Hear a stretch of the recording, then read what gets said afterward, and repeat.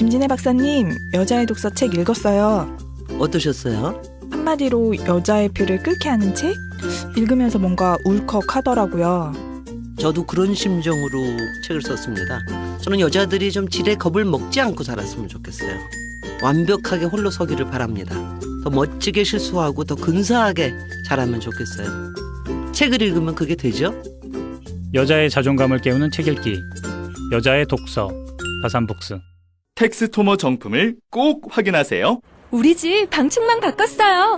미세벌레 덤벼봐 먼지 모두 덤벼봐 촘촘해서 촘촘만 방충망은 촘촘만 예쁘고 통풍까지 좋아요. 방충망은 촘촘만 주식회사 텍스토머. 텍스토머의 이동식 촘촘망 더블랙이 새로 나왔대요. 미세벌레 덤벼봐 먼지 모두 덤벼봐 촘촘해서 촘촘만 이동식 촘촘망 더 블랙. 떼었다 붙였다 청소도 간편. 이사 갈 때 떼어갈 수도 있으니까. 방충망은 촘촘만 주식회사 텍스토머.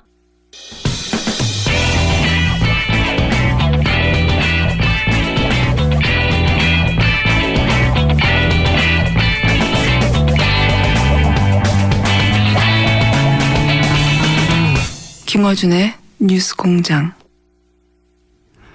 자, 2부에서 주준희 기자 마무리 좀 해보겠습니다. 이게 엄청난 내용인데 워낙 오래된 사건이고 등장하는 이름들 또는 회사 이름, 돈, 관계 이게 복잡하기 때문에 간단하게 요약하면 오늘 다룬 내용은 이겁니다.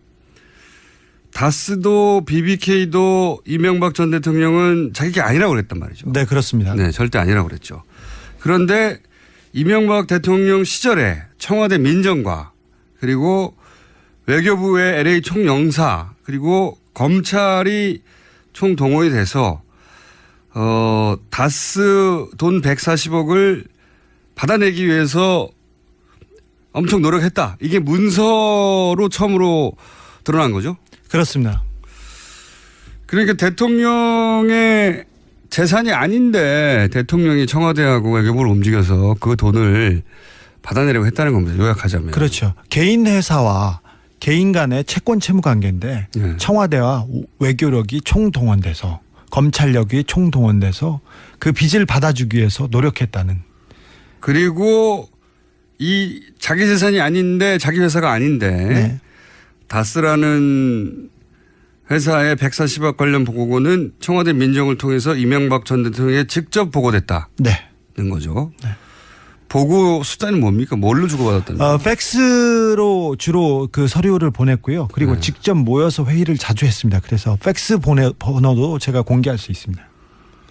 그리고 이 보고가 조금만 늦으면 불호령이 떨어졌다고 다스 내에서 이 사안을 담당하던 담당자가 증언을 했다는 거예요. 네. 저희가 방송하는 사이에 문자가 하나 왔습니다. 다스 담당자한테 왔는데 소송 비용 140억을 돌려받고도 소송 비용까지도 김경준이 다 지불하라고 이명박이 지시했는데 협의하다가 도저히 힘들어서 각자 부담으로 가닥을 잡혔습니다. 그래서 엄청 혼났다고 합니다. 이 관련 소송 비용도 다 그러면 이제 내기 싫다고 했는데 네. 근데 그것까지는 협의가 안 돼가지고 혼이 났다라는 담당자의 얘기고 이렇게 되면 뭐가 이제 새로 다시 한번 재수사의 대상이 될 수 있냐면 다스의 실소유주가 네.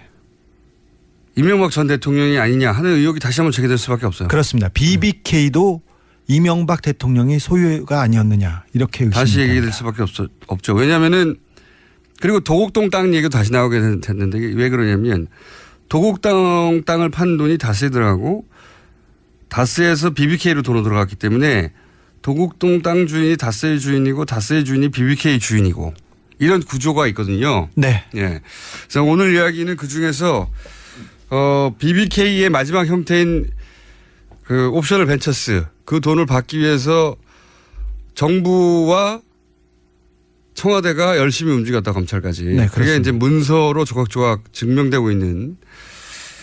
그래서 다시 재수사를 만약에 한다면 김경준 씨가 이 건으로 거의 10년 가까이 감옥에 있었거든요. 13년 동안 살았습니다. 김경준 씨는 횡령 혐의였어요. 네. 그러니까 사실은 이 그 BBK를 주도하거나 다스와의 무슨 협약을 주도할 만한 그 정도의 위치가 아니었습니다. 30대 중반에 그냥 청년이었어요. 그래서 이제 만약에 이명박 전 대통령이 진짜 실소유주였다면 네. 김경준 씨를 13년간 감옥에 보냈던 그 사안이 고스란히 책임을 묻게 될 수도 있는 네. 그런 사안이 새로 등장한 겁니다. 140억에 관해서. 140억에 대해서는 조사를 안 했거든요. 네, 그렇습니다. 예. 그 문서가 처음 나왔다. 자. 오늘은 여기까지 하고요. 예. 앞으로 이명박 전 대통령 관련 특집은 계속합니까? 네, 이명박 프로젝트 1탄이었고요. 네. 제가 한 4탄까지는 준비가 돼 있습니다. 자, 일단 여기까지 하겠습니다. 지금까지 주진우 기자였습니다.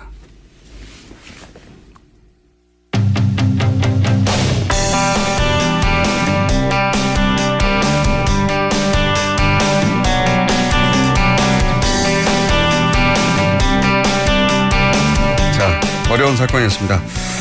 이번에는 살충제 계란 다뤄보겠습니다. 원인이 뭐고 그리고 해법은 뭔지 한국독성학회 그리고 식품위생안전성학회 회장을 지내신 정진호 서울대학교 약학대학 교수 스튜디오에 직접 나오겠습니다. 안녕하십니까? 네, 반갑습니다. 네, 독성학회라는 게군요. 네네, 그렇습니다. 네, 회장님을 지내셨고 네네. 식품위생안전성학회 회장님이셨고 네. 가습기 사안에서도 전문위원으로 참여하셨죠. 네, 그렇습니다. 예, 예. 전문가십니다, 전문가. 네. 자, 오늘 나눌 얘기는 큰 덩어리가 몇 가지 있는데 우선 계란에서 이게 처음 들어본 이름이에요. 전문가 아니면 피프로닐 비텐트리 못 외우겠어요. 플루페녹수론 피리다벤 에톡사졸. 굉장히 어렵습니다. 이게 얼마나 독한 거죠? 네, 이번에 그 문제가 된 살충제 그 농약 5개 네. 그 성분에 대해서 미국 그 환경청에 팩트 시트를 갖다 검토해 봤거든요. 네. 그런데 이제 그 질문하신 그런 그 유해성에 대해서 저희가 각각에 대해서 자세히 말씀드릴 수는 없고요. 너무 전문적이네요, 네. 이거. 일부는 이제 수생 생물에도 독성이 강하고요. 네. 또 일부는 또 발암성이 있고 그런데 일반적으로 얘기해서 그 농약 평균 수준의 인체 네. 유해성을 갖고 있다. 그래서 그렇게 그 대략 말씀드릴 수 있고요.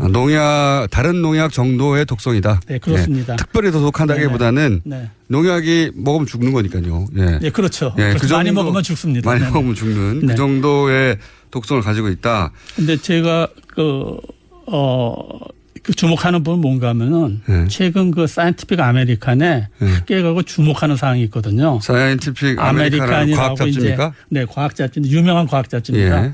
그래서 이 부분은 아마 정부에서 빠른 시간 내 역학 전문가와 함께 정밀 검토가 필요한 사항인 것 같습니다. 독성이 어느 정도인지.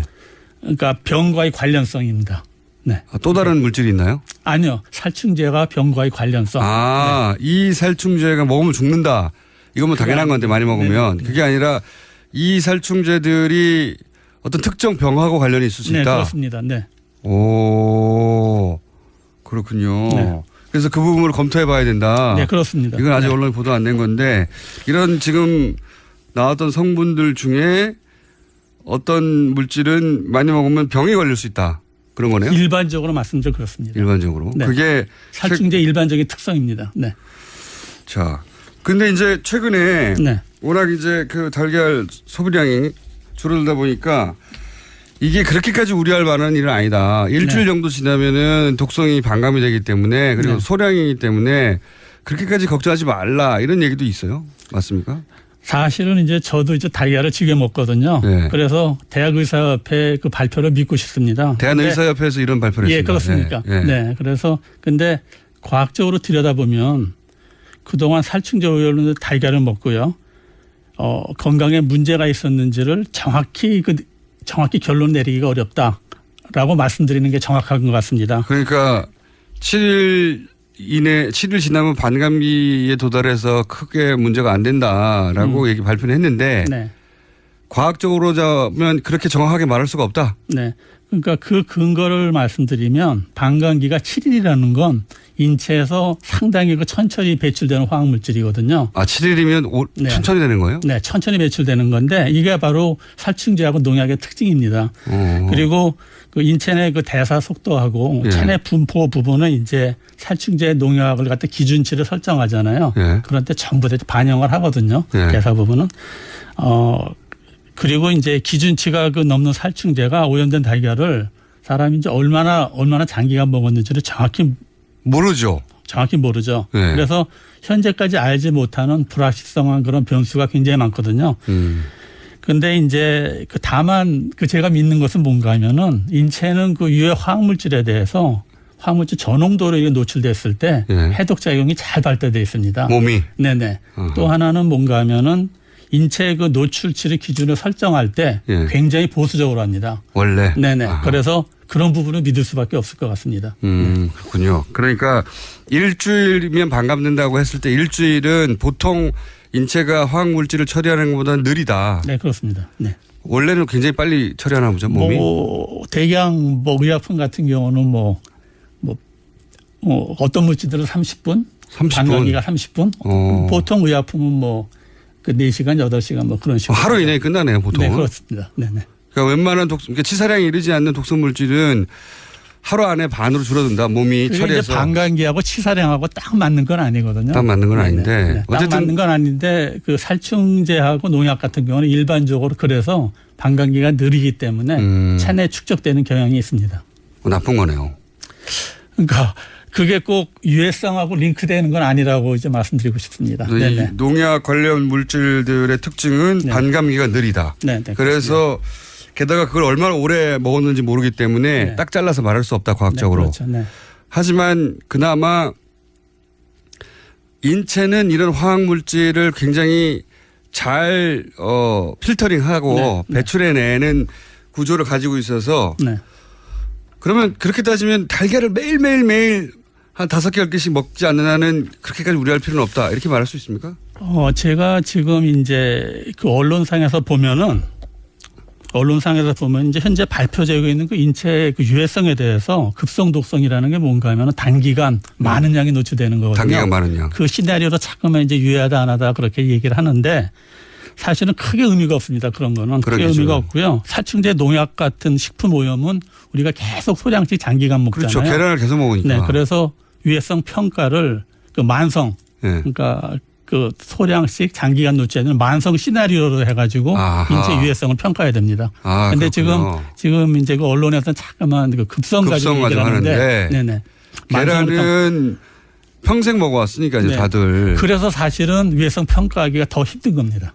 네. 그렇군요. 네네. 지금 발표되는 것은 과학적으로 틀렸다기보다 네. 적절한 기준이 아니다. 이것은 만성일 경우 어떤가 하고 테스트를 해봐야 되는 거다. 그렇죠. 그러니까 네. 그거를 갖다가 이제 시뮬레이션을 해봐야 되는데요. 만성으로 노출됐을 때 네. 인체 유해성이 뭐 어떻게 10년 되는가. 동안 계란을 일주일에 하나씩 먹었을 때 어떻게 되느냐 이런 거잖아요. 네, 그렇죠. 네. 그런데 저희가 언제부터 이런 농약이 거 사고가 쓰였는지 있었는지를 정확히 모르니까. 하기 때문에 사실은 그래서 제가 아까 말씀드린 불확실성한 그런 변수가 너무 많다는 겁니다. 아직 있다. 네. 다만 기대할 수 있는 것은 신체는 그런데 빨리 적응하고 네네. 빨리 네, 배출하는 좋습니다. 편이다. 네. 거기까지고요. 그 이상 정밀하게 하는 건 어렵다고 합니다. 네. 그러니까 이건 정부가 이건 인체에 유해합니다, 무해합니다라고 단정할 수가 없는 상황이네요. 없죠. 네네. 과학자들도 단정할 수 없고. 물론입니다. 네네. 그게 맞답니다. 하지만 저는 계란을 계속 먹긴 먹을 것 같긴 한데. 자, 인체 해독, 그러니까 인체의 독성 부분은 그렇고요. 그런데 이제 언론에서 계속 나오는 얘기가 이게 이제 시중에 달걀이 이런 살충제 문제가 많다는 거를 전문가들은 이전부터 알고 있었다. 네네. 라는 얘기가 언론을 통해서 조금씩 나와요. 네네. 교수님도 알고 계셨던 거죠. 네, 그렇습니다. 사실 과학자들은 예. 이런 연구 결과나 논문 결과를 가지고 얘기하지 이렇게 그 공적인 자리에서 들은 사실을 가지고 잘 얘기를 하지 않거든요. 교수님, 근데 자꾸 마이크가 귀로 갑니다. 네네. 죄송합니다. 네. 근데 이 사태가 중요한 만큼 제가 예. 그 간략하게 말씀드리겠습니다. 예. 여러 해 전부터 여러 해 전부터. 네, 시중 달걀에 그 문제가 많다는 얘기를 그 정부 그 관리로부터 많이 들어왔습니다. 아, 정부 관료 식약처 네네. 같은 곳에서. 뭐 아니 뭐 하여튼 일반적으로 그 정부 관료들한테 들어왔는데요. 그리고 정부에서 알고 올해 있었다는 얘기네요. 뭐 그런 것 같기도 합니다. 네. 그런데 말씀을 올해- 조심하시는 것은 네네. 그 정부 관료가 다칠까 네네. 그러신 거죠. 근데 이제 아이고, 그 올해 궁금해라. 4월 예. 제가 그 소비자연맹에서 예. 달걀 상추제 관련 그 회의에 참석을 했거든요. 예. 근데 사실은 그 사실을 저만 알고 있는 줄 알았는데 그게 아니더라고요. 참석했던 몇몇 분들도 알고 있더라고요, 이미. 아하, 네네. 달걀이 몇 년 네네. 전부터 이게 네, 문제가 있다는 거. 이런 네. 농약 관련 문제가 있다는 거를 그 분야 전문가 몇몇은 이미 알고 있더라. 네네. 그리고 정부 해당 부처의 관리도 알고 있었다는 얘기 아닙니까? 네, 그럴 수도 있을 것 같습니다. 그 이야기를 그 관리한테 들으셨으니까 네네. 알고 있어야지 그분이. 네, 그렇습니다. 네. 예. 그렇군요. 그러면은 몇 년 전부터 이 해당 정부 부처에서는 달걀에 이런 문제가 있을 수 있다는 거를 알고 있었는데도 왜 아무런 조치가 없었을까요? 제가 생각할 때는요. 예. 정부 부처는 시끄러워질 수 있는 문제를 그 피하는 경향이 이제 강합니다. 원래 그렇긴 하죠. 네, 그래서 그렇기 때문에 이제 모니터링을 갖다가 적극적으로 해보지 않았을 가능성이 있거든요. 아, 그러니까 그래서- 아예 그런 문제가 있지만 네. 모니터링을 하면 문제가 드러날 테니까 네네. 내버려뒀다. 네. 근데 이제 그 정부 관리들은 이런 그 복잡한 사안들이 있잖아요. 근데 복잡한 사안이나 문제에 걸리면 잘해봐 본전이라는 의식이 이제 배경에 깔려 있거든요. 그래서 아마 제가 생각할 때 새 정부에서는 네. 이런 국민 안전 그런 그 현안 문제를 해결할 수 있는 적극적으로 해결할 수 있는 그런 이제 분위기를 만들어야 됩니다. 네, 그래서 실제 사실은 정부에서 부처에서 이런 그 현안 문제를 해결하고 그러면 큰 업적이지 않습니까? 부처에. 그렇죠. 네, 큰 해결한 업적이고 또 공무원들은 자부심을 느낄 수 있잖아요. 근데 이제 이런 그 언론이나 정치권에서 막 비판을 하고 이러기 때문에 이런 문제를 꺼내봐요. 그러니까 잘해봐야 본전이라는 그런 의식이 좀 많이 깔려 있고요. 또 하나는 이제 과학자들 입장에서 보면 네. 사실은 각 부처에서 수행했던 그런 연구 결과가 전부 다 비공개로 되어 있습니다.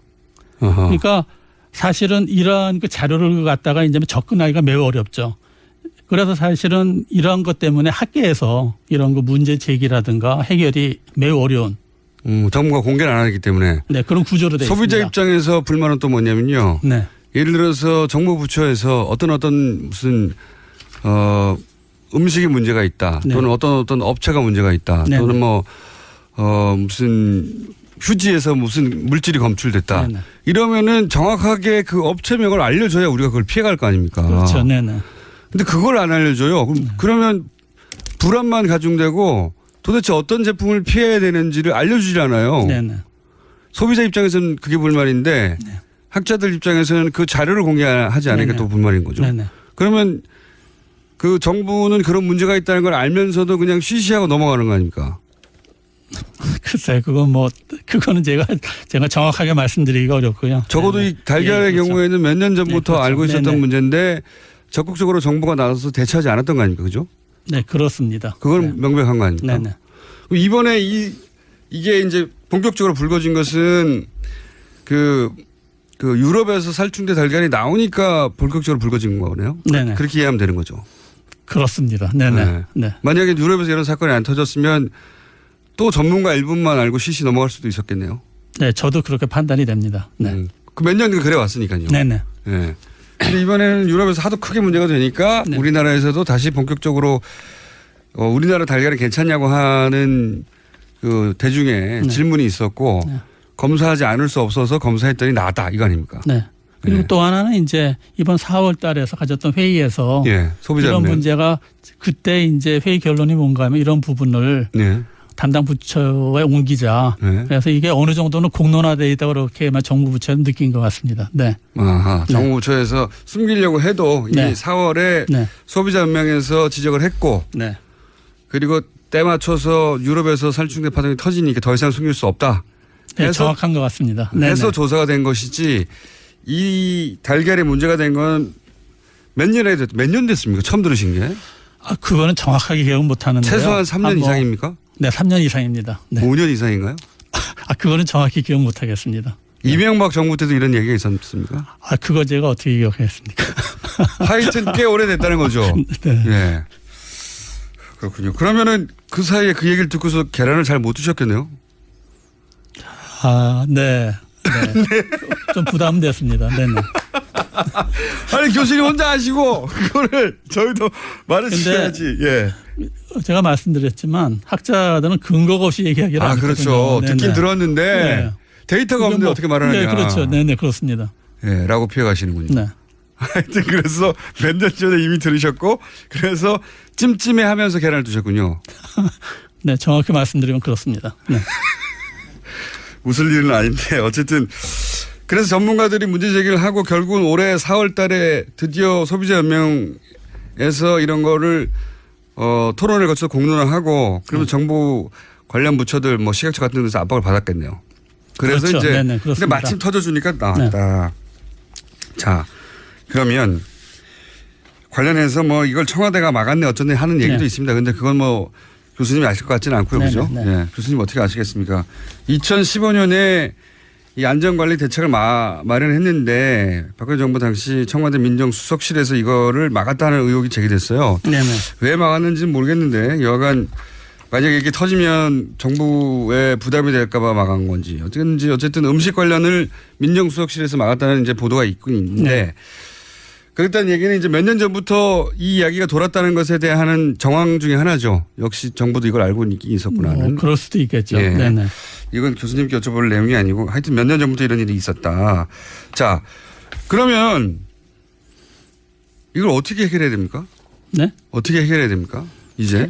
해결이요? 네. 전문가, 그러니까 과거 몇 년 동안 있었던 일은 그렇고 네. 지금 당장 어떤 농가들이 몇 개나 그런 살충제를 썼는지는 조사하고 있고 네. 거의 전수 조사를 통해서 밝혀지고 있는데 뭐 조사가 부실해서 좀 더 조사해야 된다는 얘기도 있긴 하지만 전수조사를 다 했어요. 네. 다 했는데 그럼 앞으로 이걸 어떻게 바꿔야 되는 겁니까? 전문가로서. 그러니까 이제 지금 예. 하고 있는 조치들은 조치대로 하고요. 예, 하고. 제가 판단할 때는 근본적으로 바꿨으면 좋겠군요. 근본적으로 바꿔야 됩니다. 그래서 제가 그 배경을 말씀드리거든요. 근본적으로. 말씀드리면은 이 살충제와 농약은 그 바이오사이드라고 그래가지고 살생물제라고 합니다. 네. 살생물제. 근데 살생물제. 네, 살생물제라고 그럽니다. 생물을 죽이는. 예, 그렇습니다. 네. 네. 그래서 사실은 이제 오래전부터 이 살생물제인 그 살충제라든가 농약이라든가 네. 관리에 상당히 문제가 있었다고 느끼고 있었습니다. 전문가로서. 네. 근데 그 이유는 뭔가 하면은요. 그러니까 이 농축산물을 생산하는 그런 그 부서가 네. 살생물제를 갖다 허가하고 있거든요. 근데 이거는 상당히 그러니까 생산하는 부서가 허가하고 규제한다는 것이 상당히 모순입니다. 그래서 선진국에서는 사실은 이 생산하고 규제는 그 완전히 분리시키는 그런 원칙에 따라서 하고 있고요. 네. 우리나라 같은 그런 그 제도를 갖고 있는 그런 선진국은 없습니다. 식약처에서 이 농약을 관리하면 안 된다는 거죠. 아니요, 그 말씀이 아니고요. 그럼요. 그러니까 지금 크게 나눠서 예. 농약 관리는 허가 부분이 있고요. 허가. 허가 부분이 있고 시판 후에 관리 부분이 있습니다. 허가 시판. 예. 네. 그러니까 허가하는 거는 사실은 유해성 자료나 다음에는 그런 효능이 있다거나 유통이나 사용 용도라는 걸 다 보고 허가하는 거고요. 예. 다음에 이제 관리는 이제 시판이 되고 있으니까 식품이나 환경 내 오염 같은 걸 다 관리해야 되거든요. 예. 그래서 그런 이제 그 두 가지가 있는데 기능이 일단 그러니까 농축산물을 생산을 하는데 허가하는 게 모순이라고 지금 말씀드리고 있는 거거든요. 생산하는 거를 관리하는 것은. 그게 마치 뭐하고 비슷한가 하면은 자기가 시험 문제 출제하고 셀프 채점하는 거랑 비슷하거든요. 아하. 네. 그래서 선진국은 그런 제도를 안 가지고 있고요. 아하. 또 하나 이제 그래서 저는 지금 이 전체적인 틀에서는 허가 부처를 바꿔야 된다고 생각을 합니다. 허가 부처를 바꿔야 된다. 허가 부처를 바꿔야 생각하고 또 하나 이제 그 문제는 이 허가를 할 때 살생물제의 그런 이 안전성을 평가할 때는 전문성이 굉장히 많이 필요하거든요. 전문가가 필요하겠죠. 네, 전문성이 굉장히 많이 필요한데 근데 이제 현재 농식품부에서 담당을 하고 있는데 그러한 그만한 그러한 그 전문성을 갖고 있지 않다라고 제가 감히 말씀드릴 수 있을 것 같습니다. 농식품부에서 허가하는데 네. 농식품부가 이물질을 허가할 만큼의 전문성이 없다. 네. 예. 그래서 뭐 예는 많지 있지만은 뭐 시간 관계상 말씀드리지 않겠고요. 그래서 살생물제를 사실은 허가하는 건 부처의 권한이거든요. 그래서 더욱 중요한 거는 시판의 관리거든요. 예. 지금은 전부 다 관리에 터져 있는데 예. 초점이 지금 관리에 맞춰져 있는데 허가 부분을 다시 한번 들여다봐야 됩니다. 허가부터 네, 그렇죠. 이 부처를 네. 독립시켜야 되고 네, 그렇죠. 전문 부처로 독립시켜야 되고 그리고 네. 관리는요. 그래서 지금 사실은 이번 사태에서 보면은 농식품부는 허가하는 그 권한은 갖고 있는데 관리에서는 그 총체적인 부실이 지금 이제 드러나고 있잖아요. 네. 그래서 허가할 능력도 없는데 허가는 했고 관리도 못하는 거죠. 그렇게 심하게 말씀할 수는 없고요. 교수님 말씀이 결국 이 말 아닙니까? 아니 그거는 굉장히 심하게 말씀드린 거고 하여튼 네. 그래서 조금 더 이제 그 말씀드리면 그래서 저는 이제 사실은 여기에 출연하는 계기도 그것 때문에 그렇습니다. 네. 그래서 사실은 이제 제가 이 농약기구 관리는 상당히 그 문제가 있다 그래가지고 농약 관리. 제가 국무총실 산하고 식품안전부 정책위원회에서 활동을 했거든요. 네. 그래서 2013년에 제가 2013년에. 사실은 그 농약에 관심이 많아서 예. 이 농약을 해보자. 예. 그래가지고 그 농진청에 가서 현장 점검을 했습니다. 예, 그랬더니. 현장 점검을 했는데요.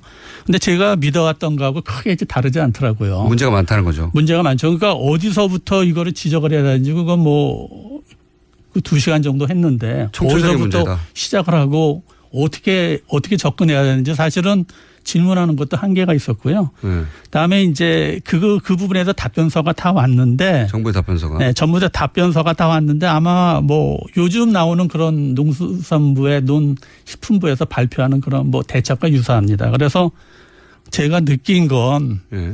그냥 부처 칸막이에다 대고 예. 말하면 메아리처럼 되돌아오고 그런 느낌을 아무 소용이 받았고요. 없었다. 예. 그래서 아마 그런 자료들이 전부 다 기록에 남아 있을 겁니다. 그리고 또 한 번 기회가 있었거든요. 예. 이거를 강조할 수 있는 또 한 번 기회가 있었는데요. 지난해 그 8월 그 가습기 살균제 네. 제가 국정감사 그 민간 전문위원 활동을 했거든요. 네. 그래서 이때 사실은 다른 위원들도 다 느끼고 있었고요.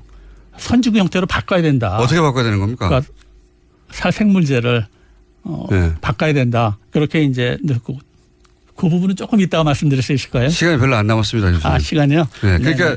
오늘 대책의 요는 한 가지 첫 번째는 농식품부가 이 독성 물질을 허가할 전문성이 없기 때문에 전문적인 기관으로 독립시켜라. 네, 그렇죠. 그리고 더 문제는 허가된 다음에 이제 특히 농약 같은 게 네. 유통되고 관리되는데 네. 그걸 정부 부처가 제대로 관리하지 못하고 있다. 네네. 전혀. 네. 그래서 이 관리 부분을 대폭 개선해야 된다. 네네. 어떻게 개선해야 되는지 요약하면요. 네, 그렇습니다. 이게 이제 가장 중요한 것은 지금 말씀드린 제가 배경을 정확하게 다 설명드리지 않았기 때문에 청취자들이 이해할지 모르겠는데요. 일단 중요한 것은 허가를 갖다가 농식품부에서 환경부로 이관을 해야 됩니다. 환경부가. 또 하나는요. 그러니까 사람들이 먹는 거에 관련한 독성 물질을 한 군데에서 전문적으로 해라. 아니요. 허가에 대해서는 환경부가 해야 되고요. 예. 그다음에 이제 환경부는 지금 이제 그 신규 물질에 대해서 허가뿐만 아니라 현재 기존에 사용되고 있는 거 있잖아요. 예. 유통되고 사용되는 거. 그것을 그 단계적으로 재평가를 해가지고 효능이 없거나 또는 그 부작용이 있는 것들은 그 퇴출시켜야 됩니다. 그리고 이제 두 번째는 그 허가가 일단 나면 환경부하고 농식품부, 식약처하고 역할 분담을 명확하게 해야 됩니다. 역할 분담을 명확히 해라. 네. 그래서 예를 들어 환경부는 이제 대기 수질 고포장에서 농약을 관리를 하고요. 그다음에 농식품부에서는 현재 논의되고 있는 그런 부분들을 관리를 하고 또 식약처는 이런 그 유통되거나 그런 사용되고 있는 살생물질의 식품 내 허용 기준치를 선진국 수준으로 맞춰야 되고요. 교수님 그건 청와대하고 얘기하셔야 될 내용 같고요. 그렇습니까? 네네. 예. 하여튼 네네. 그렇고 네. 역할 분담을 분명히 해야 되고 네. 관리 부분은 마지막으로요. 네. 관리 부분이요. 예. 관리 부분은 이제 이렇습니다. 지금 현재 이제 이 먹거리 안전을 위해서 예. 모니터링 시스템이 있잖아요. 예. 모니터링 시스템이 있는데 그런 살생물제 식품 내 그 오염을 파악하기 위해서 그러니까 농축산물 생산 현장에서는 농식품부가 모니터링하고요. 예. 다음에 식품의 그 유통, 그 소비 현장에서는 이제 이 식약처가 모니터링하는 그런 그 더블 체킹 시스템 있잖아요. 그래서 생산 현장하고 다음에 소비되는 현장에서 이런 살생물제 예. 모니터링을 해가지고 양부처가 예. 이 자료를 갖다 공유하는 거 이게 아마 가장 바람직하게 국민 먹거리 안전을 갖다 유지하는 그런 게 아닌가 그런 생각이 듭니다. 네. 전문적인 영역이고 네. 정부 그렇습니까? 정부 부처가 해야 될 일인데 네. 전문가가 보시기에 요약을 하면 이미 오래전부터 불거진 문제인데 관료들은 이걸 그냥 덮고 있었고 네. 정부도 이 문제를 알고 있었던 것 같은데 제대로 대처를 안 했고 네. 이번에 이렇게 크게 불거졌으니 네. 아예 독성물질 허가는 환경부가 네. 주관하도록 하고 네. 그리고 이 관리 체계는 전면적으로 개편해야 된다. 네, 그렇습니다. 네, 농약이 실제 어떻게 쓰이고 그 농약에 쓰인 농산물들이 어떻게 유통되는지 지금 전혀 관리가 안 되고 있다는 거죠, 네, 제대로. 네, 네. 네. 어려운 문제네요. 어려운 문제죠. 그래서 어려운, 이게 하루아침에 딱 구축할 수는 없지만 네. 이 큰 그림을 잡고요. 예. 그러니까 살생물제에 대해서 관련 큰 그림을 잡고 하나씩 이렇게 풀어나가는 그런 과정이 필요할 것 같습니다. 그래서 이런 문제가 불거지고 나서도 여전히 계란을 드시긴 드십니까? 네. 계란을 드시긴 드십니까? 네, 어제 저녁에 먹었습니다. 네, 교수님이 드시기 때문에 저희도 먹는 거로 그러면 일단. 그게 제일 궁금했거든요. 네. 예. 몇 년 전부터 이 사실을 알고 있고 독성 전문가가 계란을 드시긴 드신다고 합니다. 굉장히 중요한 내용입니다. 교수님 오늘 여기까지 하고요. 네네. 저희가 오늘 쭉 그 일반론은 들었는데 그중에 네. 그러면 구체적으로 어떻게 개편할까. 네네. 그 부분 이야기가 나오면 다시 한번 모시도록 하겠습니다. 네네, 그렇게 하겠습니다. 네. 왜냐하면 뒷부분은 제가 보기에는 청와대가 들어야 될 내용이거든요. 청와대에서 연락 없었습니까? 혹시? 아니, 그런 건 아니고요. 네. 그런 건 아니고 저는 이제 여러 번 그런 경험을 했는데 이게 꼭 벽에다 대고 얘기하는 것 같고 하기 때문에 조금 이런 부분들은 전체적인 거를 갖다가 이제 이런 사태가 사실은 계속 반복되잖아요. 지금까지. 그렇죠. 음식에 관해서. 반복되고 하는 거에 이거를 끊으려면 농약 이 다이가 사충제 문제로만 바라보면 이런 문제를 끊을 수가 없거든요. 농약만 바라보면 안 되고. 네, 그래서 전체 그림을 바라보는 게 필요하다. 네. 그러니까 이제 그 제가 말씀드린 거고, 다음에 제가 출연한 중요한 계기가 뭔가 하면요. 예. 지금 이제 언론이나 이런 데서 이런 문제점들을 많이 제기를 하잖아요. 예. 근데 뭐 대부분 그 맞는 말씀이고 정확한 건데 예. 전체적으로 봤을 때는 좀 강론입니다. 그래서 강론에 불과하다. 네네. 그래서 이거를 총론을 잡고 얘기하는 게 좋겠다. 그래서 누군가는 얘기해야 되지 않느냐. 그래서 제가 사실은 방송에 출연을 안 했는데 처음 나오신 거 알고 있습니다. 네네. 감사하고요. 그러니까 언론이 강론을 제기하는데 이 문제는 해결될지 몰라도 또 다른 문제가 터질 것이다. 네. 음식 관련해 가지고. 네네. 그러니까 이게 총론을 한번 들여다봐야 된다. 네, 그렇습니다. 그 총론 관련해서 또 한 번 모시기로 하겠습니다. 네. 네. 한 번으로는 잘 못 알아들었거든요. 네. 자, 정진호 서울대학교 약학대학 교수님 감사합니다. 네, 감사합니다. 네, 안녕하세요. 반지 모델 아이리입니다. 아, 이상형이요? 마법사? 반지! 오빠는 마법사? 업데이트. 오빠 나랑 무슨 게임 할 거예요? 벤지. 오빠는 마법사? 업데이트. 네, 반지는 물론 저 아이린도 앞으로 많이 사랑해주세요. 반지! 아, 또 떨어졌어. 너 또 입사 시험 봤어? 아니, 차량용 핸드폰 거치대 말이야. 여러 개 사봤는데 실패의 연속이야. 떨어지고 시야 가리고 운전석에서도 뭐 알고 뭐 좋은 거 없을까? 싼 것만 찾으니까 그렇지. 제대로 된 거 하나 사서 편리하게 쓰는 게 더 낫지. 그런 게 있어? 그럼 있지. 1, 2, 3 할 때 2. 힘 세다 할 때 힘. 2 힘. 투 힘? 2배로 힘이 세다는 건가? 네이버 검색창에 투 힘을 검색해보세요. 오빠, 우리 어디 가는 거야? 정수 가지. 와, 우리 말 타러 가는 거야? 그렇게 좋아? 고민하지 말고 장수로 오세요. 온 가족이 즐기는 승마 체험과 국내 최대 규모의 말역사 체험관 등 장수에는 정말 볼 것, 누릴 것들이 넘쳐난답니다. 말의 심장 소리를 직접 느껴보는 장수에서의 하룬 여행. 장수는 항상 가까이 있습니다. 주말 여행은 장수로. 승마 체험 예약은 063-350-5486.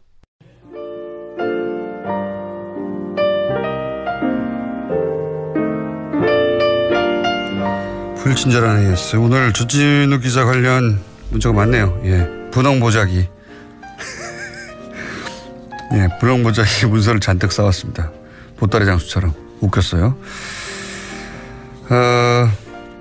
기타 주진우 기자를 월요일 고정으로 해라. 뭐 이런 얘기도 많이 있습니다만은 앞으로 자주 나올 것 같습니다. 한동안. 예, 보라색, 이제 핑크 보자기에 뭐가 문서가 많아요, 보니까. 자, 그리고 저희 발음 관련해서 또 얘기 나왔네요. 월요일 아침에 공장장의 살충제 이름을 읽게 하다니 너무 잔인하다.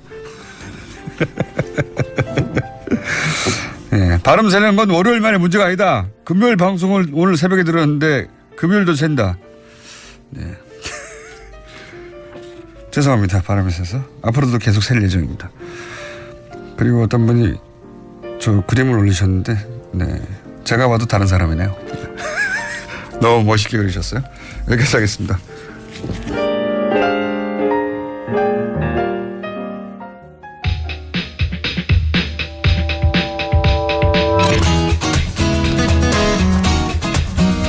자, 르몽드 볼리마티크. 오늘도 바람 새는데 한번 해봤습니다.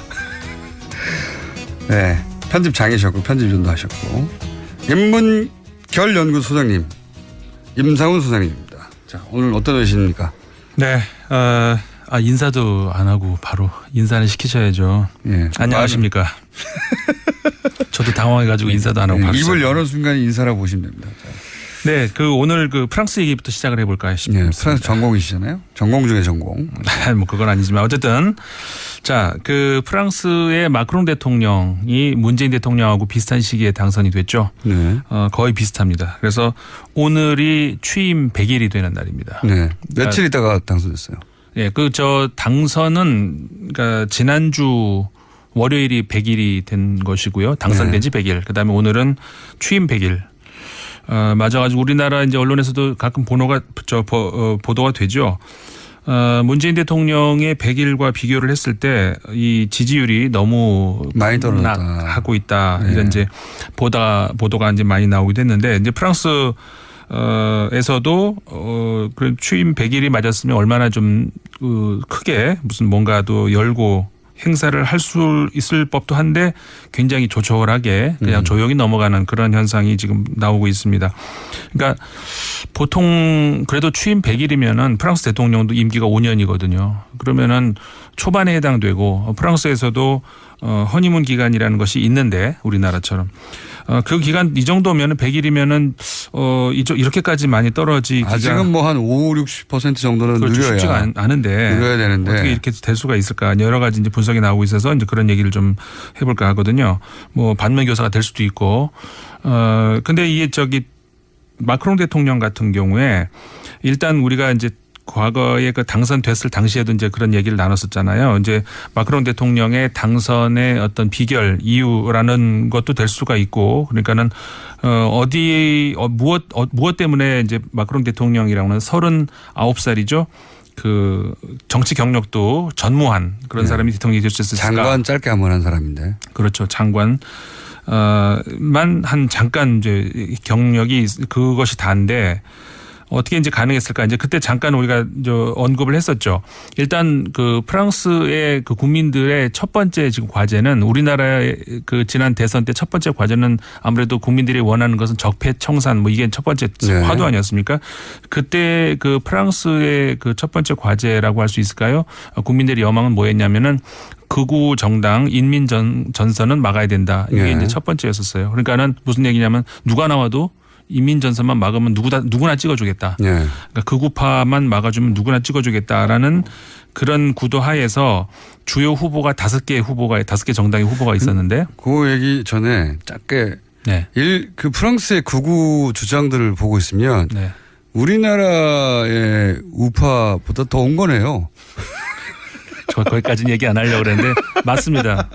그러니까 맞아요. 프랑스에서 저 사람만은 절대 저 정당만은 당선을 막아야 한다고 하는 르펜 네.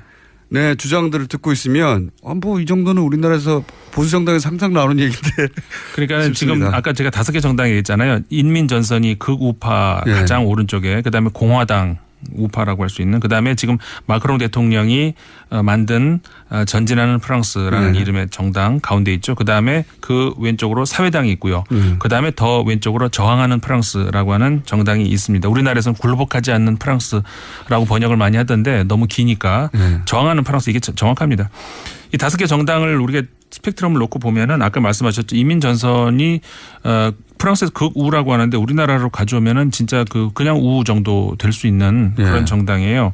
그다음에 공화당 정책 중에 상당 부분이 우리나라 민주당하고 비슷합니다. 민주당보다 더 오른쪽에 가 있는 저 왼쪽에 가 있는 것들도 많아요. 맞아요. 그러니까는 이게 단순히 그냥 놓고 보면 이게 우파다 좌파다 이런 논리로 좀 이렇게 우리가 보기가 어려운 것이 많이 있거든요. 그러니까 유럽적 기준으로 보자면 우리나라의 우파는 극우고요.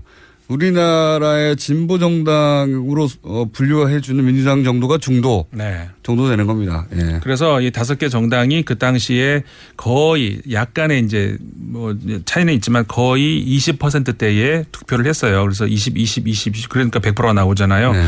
그래서 그렇게 하다 보니까는 전진하는 프랑스 마크롱 대통령이 저 1등을 해서 막긴 막았는데 막고 났더니 보니까 그래서 이제 2차에서 이제 결국 대통령이 된 건데 저는 이렇게 봐요.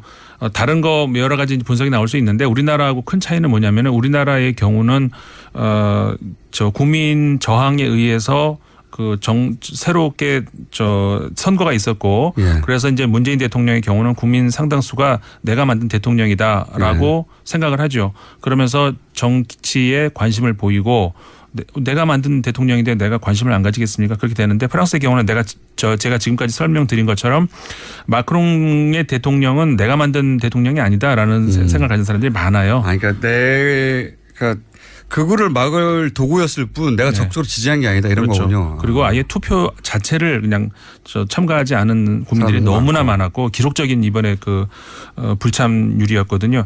그래서 그 차이가 가장 우리나라하고는 차이가 있는 것 같다. 프랑스의 경우는 내가 만든 대통령인데 아닌데 뭐 알아서 잘 하겠지 이런 정도의 생각밖에 안 한다는 거죠. 그런데 잘못하면 바로 여지없이 비판하게 되네요. 그렇죠. 그런 배경이다. 자, 스페인 테러도 1분 30초 이내에 짚어야 됩니다. 스페인 테러 우리 참 깜짝 놀랐었죠. 지난 17일이었습니다. 그리고 18일 날 이틀에 연속 걸쳐 가지고 났는데 스페인 바르셀로나 람블라스 거리라고 하는 곳에서 그다음에 2차 다음 날 새벽이었죠. 몇 시간 후였는데 스페인 동쪽이었죠. 해변 캄브리스 해변이라고 하는 곳에서 이제 테러가 발생을 했습니다. 상대적으로 스페인이 테러 청정국에 가까웠는데요. 최근 10년 이상. 예. 그래서 이제 이 과거에 올해도 이제 유럽에서 테러가 몇 번 있었죠. 그런 것들과 비교를 했을 때 공통점이 있고 차이점이 있다면은 공통점이라고 한다면은 우리가 정말 우려스러운 것 중에 하나는 이제 뭐 칼, 자동차, 다시 말해서 우리가 일상생활에서 손쉽게 접하는 그런 것들. 그게 테러 그리고 관광객도 여지없이 대상이 되는 민간인. 다시 말해서 소프트 타겟이 일상화됐다는 것. 그다음에 대책이 없다는 것. 사실상 막을 수가 없어요. 자동차를 가지고 테러를 하면 이건 막을 방법이 정말 없습니다. 길거리에 자동차 중에 누가 테러 범인지 어떻게 합니까? 그렇죠. 예. 그래서 일상의 공포를 만들려고 한 거죠. 목적이. 네. 이게 어떻게 보면 우리가 뭐라고 할까 긍정적인 메시지를 굳이 끄집어낸다면은 그만큼 유럽이 총기라든가 이런 것들에 대한 강화가 뭐 좀 효과가 있다라고 생각을 할 수가 있는 거죠. 하지만 이번 스페인 테러의 경우에 사전에 어떤 한 가옥에서 폭탄을 만들다가 실패했다는 그런 정황이 좀 나오고 있지 않습니까? 그렇기 때문에 이 점은 우리가 좀 쉽게 볼 수 있는 문제가 아니고 특히 이 사람들이 칼리프 제국을 리베리아 반도에다가 다시 우리가 회복을 해야 되겠다 이런 말까지 요즘 하고 있거든요. 여기까지 해야 될 것 같습니다. 한 번 더 다뤄야 되겠네요. 임상훈 소장님이었습니다. 감사합니다. 네, 감사합니다. 김원준이었습니다. 안녕.